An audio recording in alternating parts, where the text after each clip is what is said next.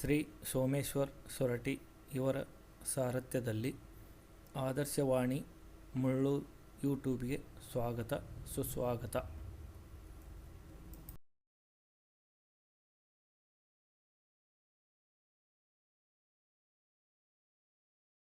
ಒಂದು ಗ್ರಾಮದಲ್ಲಿ ರಾಮು ಮತ್ತು ಸೋಮು ಎಂಬ ಇಬ್ಬರು ಅಣ್ಣ ತಮ್ಮಂದಿರು ವಾಸವಾಗಿದ್ದರು.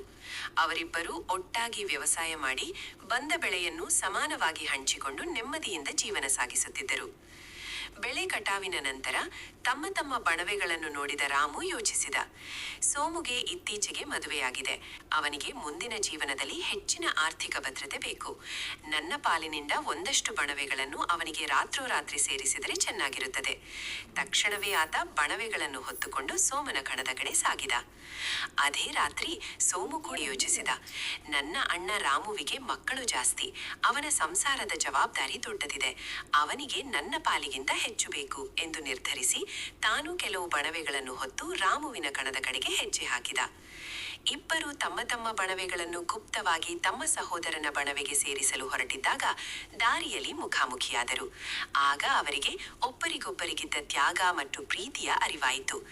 ಇಬ್ಬರು ಸಂತೋಷದಿಂದ ಒಬ್ಬರನ್ನೊಬ್ಬರು ತಪ್ಪಿಕೊಂಡು ಭಾವುಕರಾದರು. ನೀತಿ: ನಿಷ್ಕಲ್ಮಶವಾದ ಸಹೋದರ ಪ್ರೀತಿ ಮತ್ತು ತ್ಯಾಗವೇ ಜೀವನದ ದೊಡ್ಡ ಸಂಪತ್ತು. ಶೇರ್ ಮಾಡಿ, ಸಬ್ಸ್ಕ್ರೈಬ್ ಮಾಡಿ. ವೀಕ್ಷಿಸಿದ್ದಕ್ಕಾಗಿ ಧನ್ಯವಾದಗಳು.